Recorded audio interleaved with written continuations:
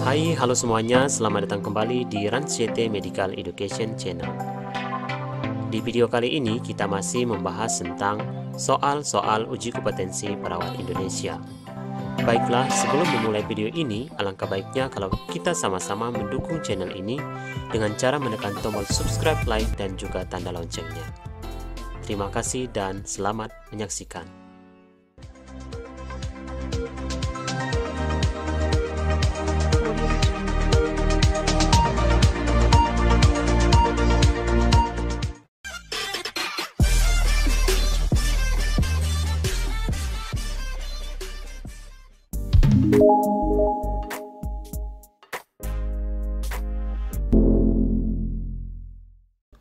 Soal pertama. Seorang perempuan berusia 40 tahun dirawat di ruang penyakit dalam dengan asma.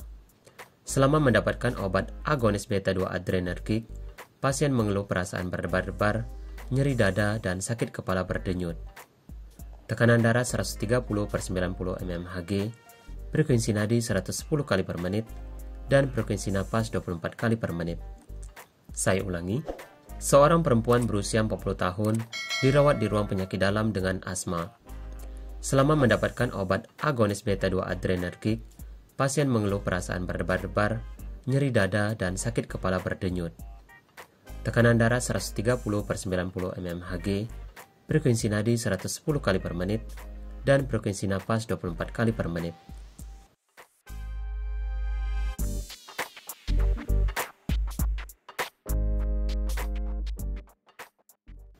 Pertanyaan soal, apakah tindakan yang tepat dilakukan pada kasus tersebut?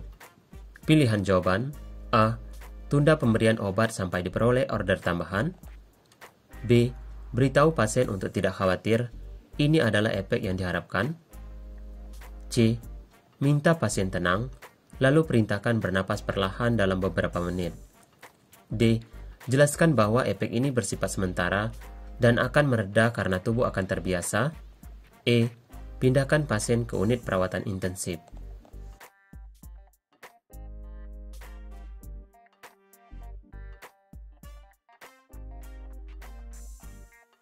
Kunci jawaban A.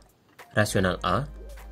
Obat-obatan ini dapat menyebabkan peningkatan kontraksi jantung, yaitu efek inotropik positif, dan peningkatan denyut jantung atau efek kronotropik positif. Jika tingkat toksisitas tercapai, efek samping akan terjadi, dan obat harus ditunda sampai dokter diberitahu.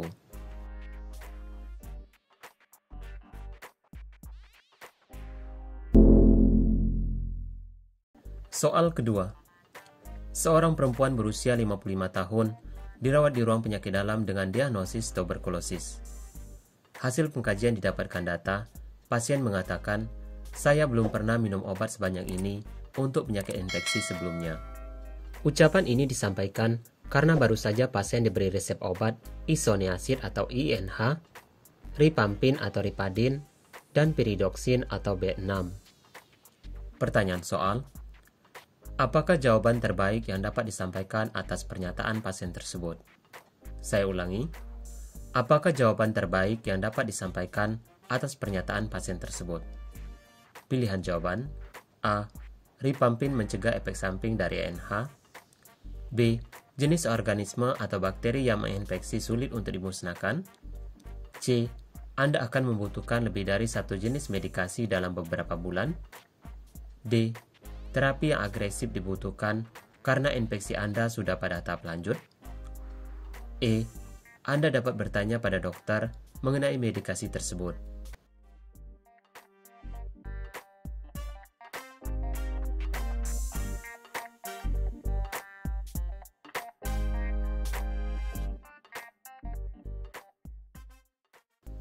Kunci jawaban B. Rasional B. Mutasi organisme umumnya terjadi akibat resistensi obat ketika pengobatan inadekuat.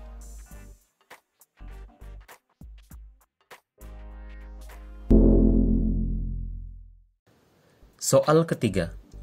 Seorang laki-laki berusia 40 tahun dirawat di ruang rawat penyakit dalam pasca pneumonektomi kanan hari pertama.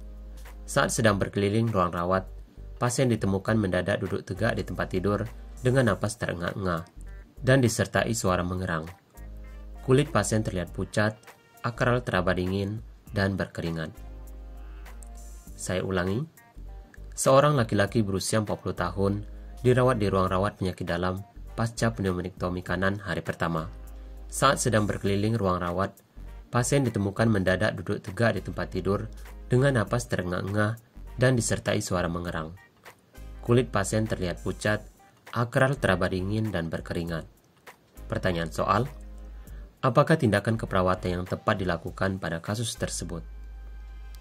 Saya ulangi, apakah tindakan keperawatan yang tepat dilakukan pada kasus tersebut? Pilihan jawaban, A.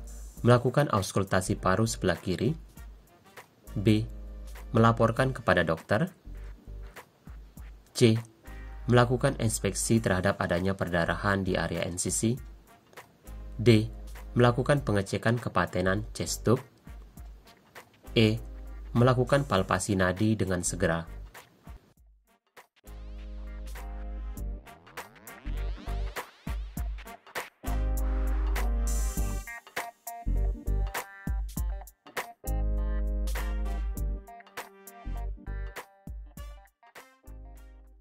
Kunci jawaban A. Rasional A. Pengkajian terhadap jalan napas dan pernapasan merupakan prioritas tindakan yang perlu dilakukan. Pasien kemungkinan mengalami pergeseran mediastinal dengan obstruksi jalan napas. Tekanan di sisi tubuh yang dioperasi meningkat dan menyebabkan trakea mengalami deviasi ke sisi tubuh yang tidak dioperasi.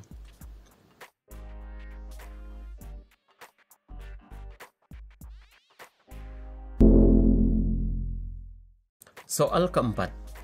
Seorang laki-laki berusia 60 tahun dirawat di ruang penyakit dalam dengan diagnosis penyakit paru obstruksi kronis atau PPOK. Hasil pengkajian didapatkan data tekanan darah 110/70 mmHg, frekuensi napas 14 kali per menit, frekuensi nadi 60 kali per menit, dan suhu 36,5 derajat Celcius, pH 7,25, dan PCO2 60 mmHg.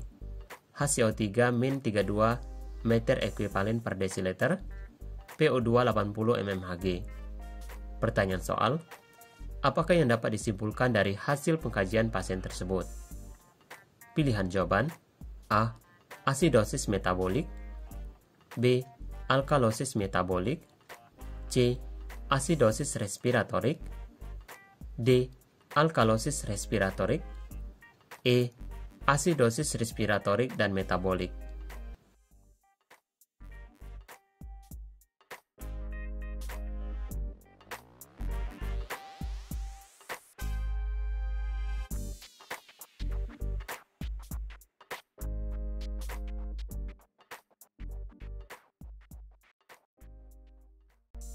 Kunci jawaban C.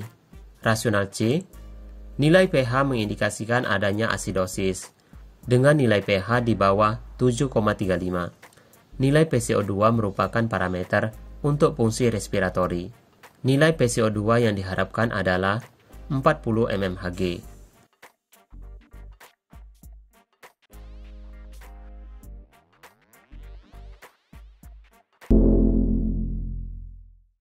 Soal kelima.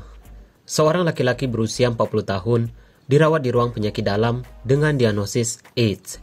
Hasil pengkajian didapatkan tekanan darah 130/80 mmHg, frekuensi nadi 90 kali per menit, frekuensi napas 24 kali per menit, dan suhu 36,7 derajat Celcius. Terdapat bunyi wheezing di kedua paru. Pasien direncanakan untuk mendapatkan terapi pentam. Saya ulangi. Seorang laki-laki berusia 40 tahun dirawat di ruang penyakit dalam dengan diagnosis AIDS. Hasil pengkajian didapatkan tekanan darah 130/80 mmHg, frekuensi nadi 90 kali per menit, frekuensi napas 24 kali per menit, dan suhu 36,7 derajat Celcius. Terdapat bunyi wheezing di kedua paru. Pasien direncanakan untuk mendapatkan terapi pentam. Pertanyaan soal, apakah intervensi yang sebaiknya dilakukan sebelum pemberian terapi pada kasus tersebut? Pilihan jawaban, A. Mengajarkan pasien mengenai cara menggunakan mouthpiece atau corong mulut aerosol dan membantu dalam perawatan, B. Memberikan terapi selama minimal 20 menit dan melakukan auskultasi suara napas setelah terapi selesai diberikan? C. Menunda pemberian medikasi dan menghubungi dokter untuk pembuatan resep bronkodilator? D. Memberikan oksigen selama 15 menit sebelum pemberian medikasi, mendokumentasikan respon pasien. E. Menginstruksikan pasien untuk melakukan teknik napas dalam dan relaksasi.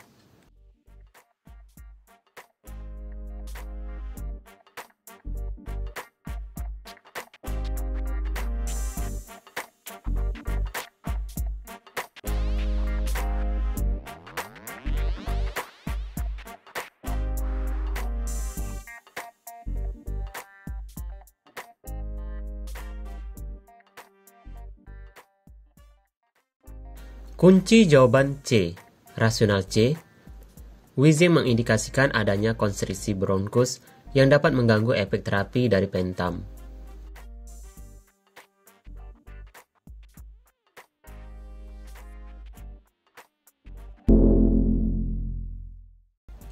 Soal ke-6. Seorang perempuan usia 35 tahun dirawat di bangsal penyakit dalam dengan emfisema. Tiba-tiba mengalami episode napas pendek dan didiagnosis pneumotoraks spontan. Frekuensi napas klien 26 kali per menit.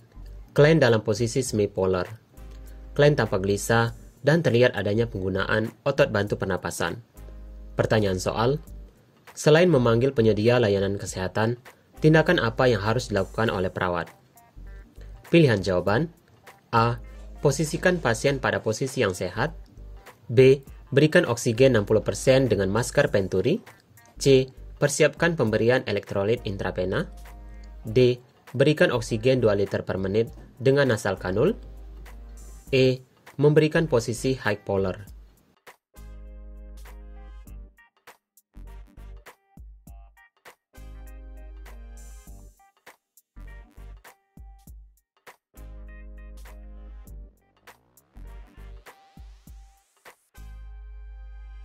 Kunci jawaban D. Rasional D.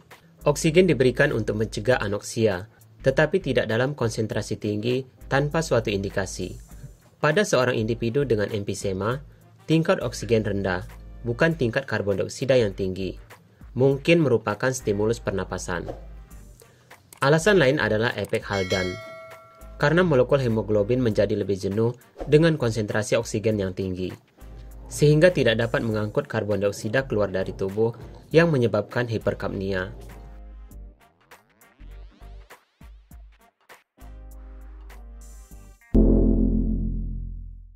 Soal ke-7.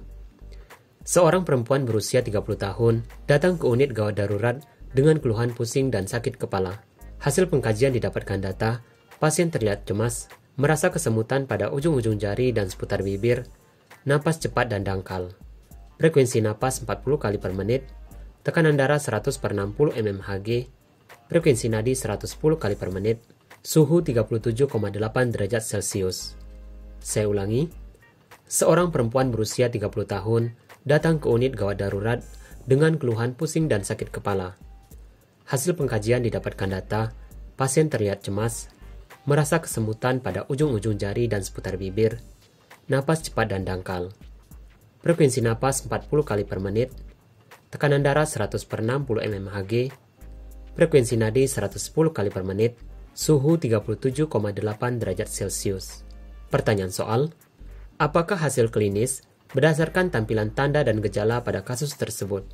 Pilihan jawaban: A. Hiperventilasi. B. Sesak napas. C. Pernapasan Kussmaul. D. Intoksikasi karbon dioksida. E. Panic disorder.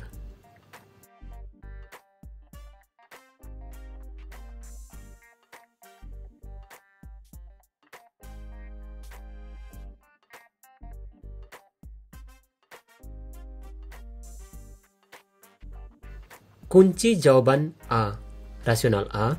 Pasien mengalami hiperventilasi dan menghembuskan karbon dioksida secara berlebihan yang menyebabkan munculnya gejala-gejala tersebut. Jika tidak dihentikan, hiperventilasi yang dialami dapat mengakibatkan terjadinya alkalosis respiratori.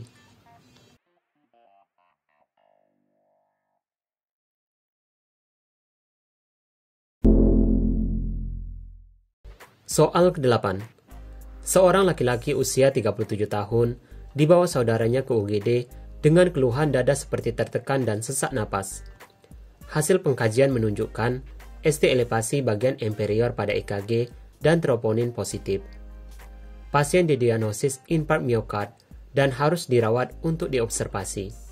Tekanan darah 140/90 mmHg, frekuensi nadi 100 kali per menit, frekuensi napas 89 kali per menit, dan suhu 37 derajat Celcius.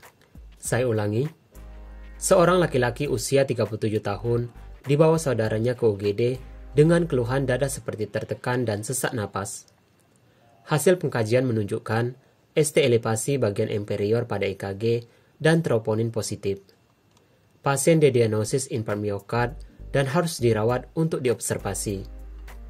Tekanan darah 140/90 mmHg, frekuensi nadi 100 kali per menit, frekuensi napas 89 kali per menit, dan suhu 37 derajat Celcius. Pertanyaan soal, apakah indikator klinis yang mendukung diagnosis pada kasus tersebut? Pilihan jawaban: A. Mual dan muntah, B.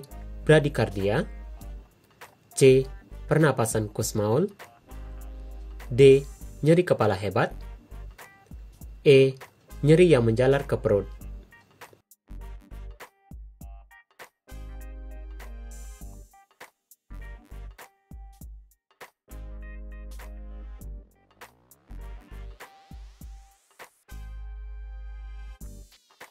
Kunci jawaban A. Rasional A.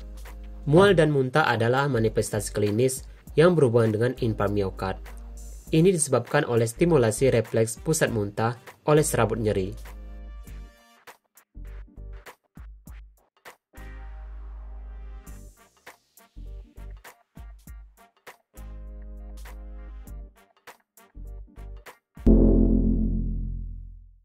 Soal ke-9. Seorang perempuan usia 39 tahun dirawat hari kedua di bangsal penyakit dalam dengan penyakit jantung koroner. Hasil pengkajian didapatkan data, pasien tanpa sesak napas, frekuensi napas 30 kali per menit, frekuensi nadi 110 kali per menit, dan tekanan darah 170/100 mmHg. Saat berubah posisi, pasien semakin sesak dan terlihat gelisah. Hasil ekokardiografi menunjukkan kardiomegali dengan ejeksi fraksi ventrikel kiri 40%. Saya ulangi, seorang perempuan usia 39 tahun dirawat hari kedua di bangsal penyakit dalam dengan penyakit jantung koroner. Hasil pengkajian didapatkan data, pasien tanpa sesak napas, frekuensi napas 30 kali per menit, frekuensi nadi 110 kali per menit, dan tekanan darah 170/100 mmHg. Saat berubah posisi, pasien semakin sesak dan terlihat gelisah. Hasil ekokardiografi menunjukkan kardiomegali dengan ejeksi fraksi ventrikel kiri 40%. Pertanyaan soal, apakah masalah keperawatan yang tepat pada kasus tersebut? Pilihan jawaban: A. Cemas, B. Intoleransi aktivitas, C. Pola napas tidak efektif, D. Penurunan curah jantung, E. Kerusakan pertukaran gas.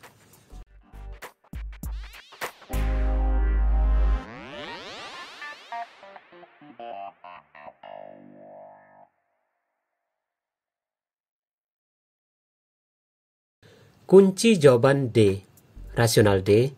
Data ejeksi ventrikel kiri 40% menunjukkan bahwa curah jantung pasien sudah turun, ditambah dengan data adanya kardiomegali.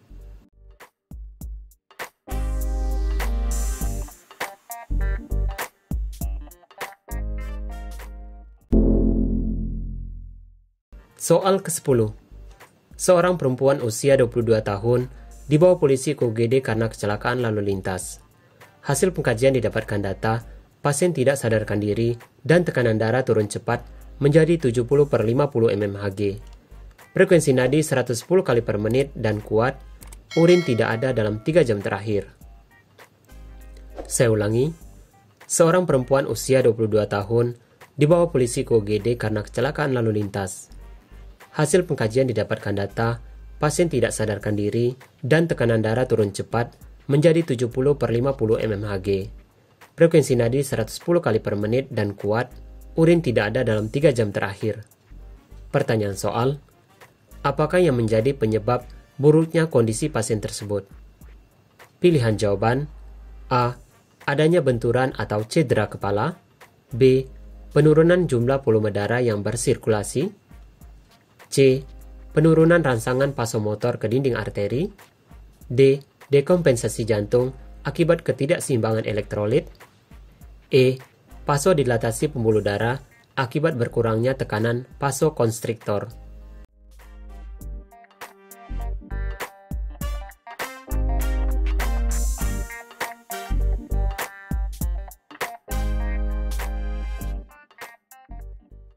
Kunci jawaban B.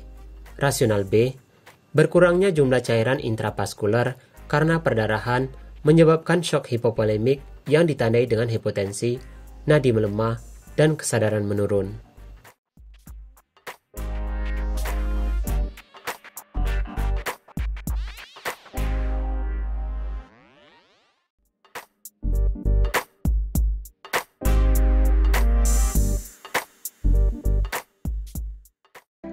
Baiklah teman-teman semuanya, terima kasih buat kamu yang sudah menyaksikan video ini. Buat kamu yang suka dengan video ini, jangan lupa untuk menontonnya berkali-kali biar paham. Dan juga buat kamu yang suka dengan video ini, jangan lupa tekan tombol subscribe, like, dan juga tanda loncengnya. Biar kalau ada video terbaru dari saya, kamulah orang pertama yang akan mengetahuinya. Sampai jumpa di video selanjutnya.